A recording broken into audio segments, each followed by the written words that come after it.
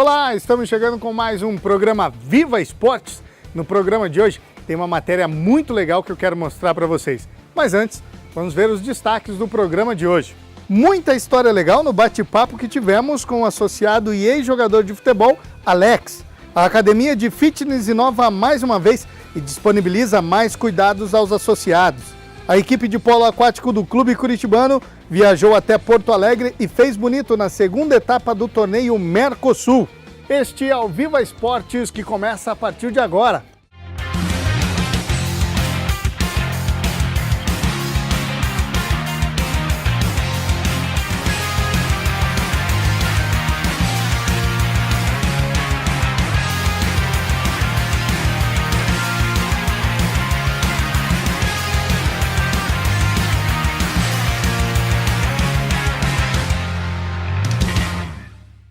Alexandro de Souza, você conhece quem é este associado? Pois então, nós vamos conhecer um pouco mais da história deste grande jogador.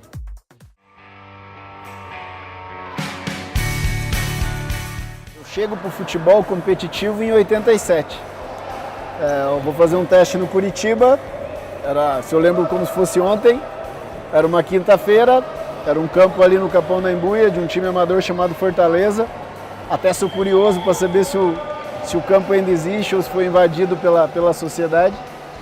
O professor Miro, na época, era o treinador, ele fazia as escolhas, era um negócio assustador, porque tinha uma piazada enorme lá, ele dividia o time por letras. Nesse dia eu treinei ali coisa de 10 minutos, nem isso, e ele me separou junto com o Castorzinho e falou: vocês dois esperem aí que depois do treino a gente conversa. E nisso passou a tarde inteira, a gente ali já meio aborrecido, porque a gente queria jogar, né? Eu tinha 9 para 10, o Castor tinha 7 para 8. E aí ele chega e fala: olha, não tem competição para a idade de vocês, eu gostei de vocês, mas não existe competição nessa idade. Então eu sou funcionário do Banco do Brasil, vou levá-los para jogar futebol de salão na BB. Aí eu discuti com ele rapidinho, aquela coisa de criança, não posso, meu pai está esperando. Ele: não se preocupe, depois eu te levo na tua casa e a gente conversa com seus pais. Quando eu chego na BB, ele me apresenta para a BB como o último dos Pachecos. Eu saio de Alex para virar Pachequinho. Isso tudo acontece numa tarde. Isso era março de 87. Eu retorno para o Curitiba em 91, que aí já tinha competição para a minha idade. E aí jogo entre 91 e 95 na BB Futebol de Salão e no Curitiba Futebol de Campo. E só paro com o futebol de salão na semana que o Carpegiani vai me dar a chance. Primeiro eu não entendi o que estava acontecendo. Para mim, eu jogar em Colombo, eu jogar na BB, eu jogar aqui no Curitibano, eu jogar no Couto Pereira, para mim era a mesma coisa, eu queria jogar bola.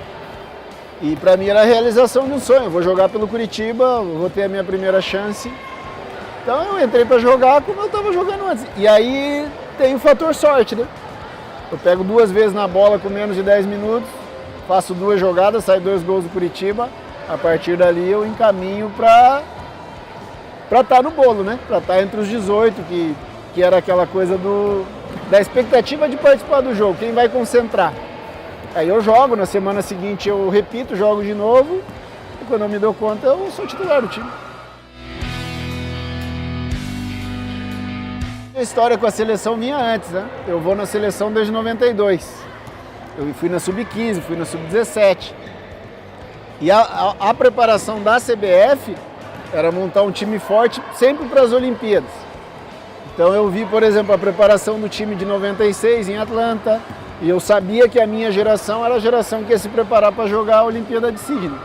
E aí trilhar o caminho para, de repente, chegar na seleção municipal. E ali uma sequência natural, porque eu já vinha desde os 15 anos, as pessoas me conheciam, e aí é uma sequência normal daquilo que eu vinha fazendo desde 13, 14 anos. Quando eu chego no Palmeiras, é assustador pelo seguinte: eu venho do Mundial de Juniores, o Palmeiras me dá uma semana de folga para eu ajeitar as minhas coisas e ir para São Paulo. E é a primeira vez que eu saio de casa. Eu tinha 19, tinha morado com os meus pais até aquele momento. Então meu mundo era Colombo, Curitiba, Curitiba, Colombo. Esse era o meu mundo. e eu pego um voo aqui no Afonso Pena e sigo para São Paulo para descer em Congonhas. E eu tô na janela e tô olhando aquilo tudo e passa uma viagem na minha cabeça. Como é que eu vou me virar aqui, né? Uma cidade 5 vezes maior que Curitiba, eu tô sozinho. Amanhã eu vou acordar sozinho, amanhã eu vou dormir sozinho. Como é que será que esse pessoal vai me receber? E eu lembro como se fosse hoje. Eu entro no vestiário, entro pela porta errada e caio na fisioterapia. E quando eu entro na fisioterapia, tá o Galeano fazendo gelo no tornozelo, que ele estava com problema, e o Djalminha se despedindo. O Djalma estava indo para o Deportivo La Coruña. E eu lembro que o Djalma chega, me deseja boa sorte, e o Galeano vira para mim e fala assim, você vai precisar, porque para substituir esse cara aí, você vai precisar de muita sorte. Então essa foi a minha entrada no Palmeiras. Quando eu saio do Curitiba, eu era o capitão do time e o melhor jogador do time. E quando vem o Palmeiras me oferece metade do que eu ganhava no Curitiba. Mas eu, em momento algum, eu titubeei. E eu assino o contrato 45% menos do que eu ganhava no Curitiba, porque eu sabia que era um degrau a mais.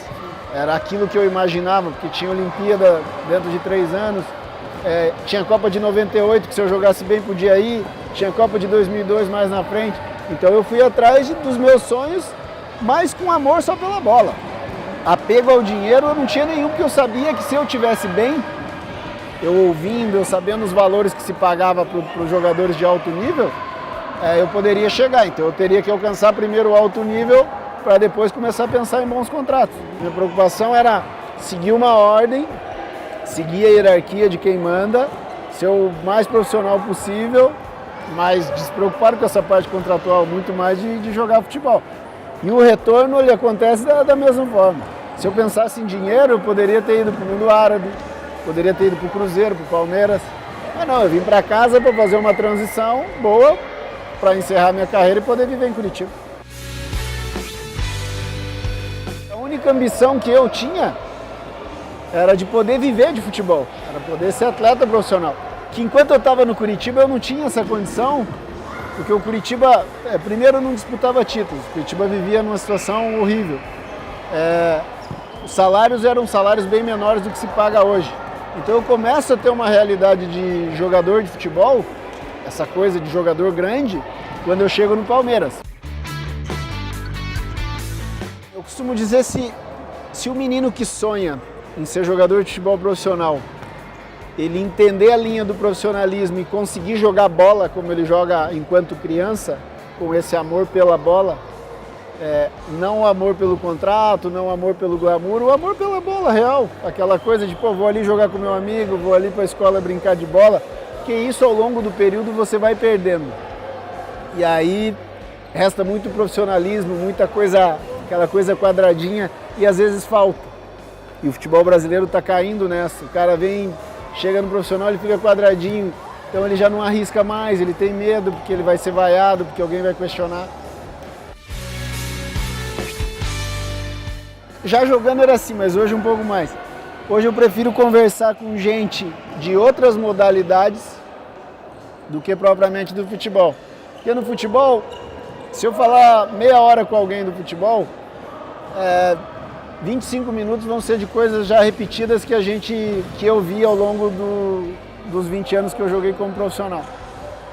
Quando eu vou conversar com alguém do tênis, quando eu converso com o Jorge Edson aqui, quando eu converso com a Érica do vôlei, quando eu converso com a Vina, quando eu converso com jogadores de basquete, os caras vão dando situações que eles vivem no dia a dia que são diferentes de um futebolista e que servem para qualquer modalidade. Às vezes eu vejo o pessoal treinando badminton, eu não sei nada. Eu encosto ali para ver o que o cara fala, faço algumas perguntas, mas é muito mais curiosidade quem é apaixonado por esporte. Uma coisa que eu acho que a gente perde muito, por exemplo, o Jorge Edson passeia aí pelo clube e o cara é campeão olímpico. Se fosse nos Estados Unidos, ele provavelmente não passearia no clube, as pessoas o parariam o tempo todo. A gente vê lá um negrão dando treino, é um qualquer, não, o cara não é qualquer, o cara tem uma história espetacular. O cara é campeão olímpico, talvez da maior seleção que esse país já teve, porque foi quem abriu essa sequência toda que veio depois.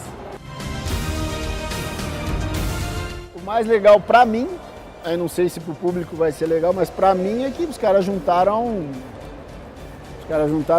fenômenos do futebol de várias épocas e os caras ficam falando a meu respeito, né?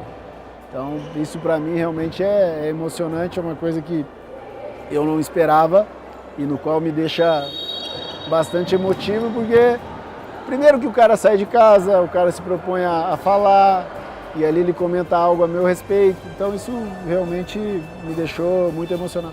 E assim, as pessoas são seus amigos, alguns não. O Zico é meu amigo. Por exemplo, o Neto não é meu amigo, eu conheço o Neto, entendeu? Os jornalistas que falaram eu os conheço, mas não são meus amigos. Então isso para mim é muito bom porque o pessoal está emitindo a opinião deles ali. Já tinha sido legal no livro, quando Marquinhos Neves, o escritor, pegou vários aí para entrevistar, então eu ouvi coisas espetaculares, coisas que não foram muito agradáveis, mas que é legal que é uma opinião de outras pessoas que conviveram com você, que te viram de perto, uns um pouco mais distante. Então isso realmente, a mim particularmente, emociona bastante.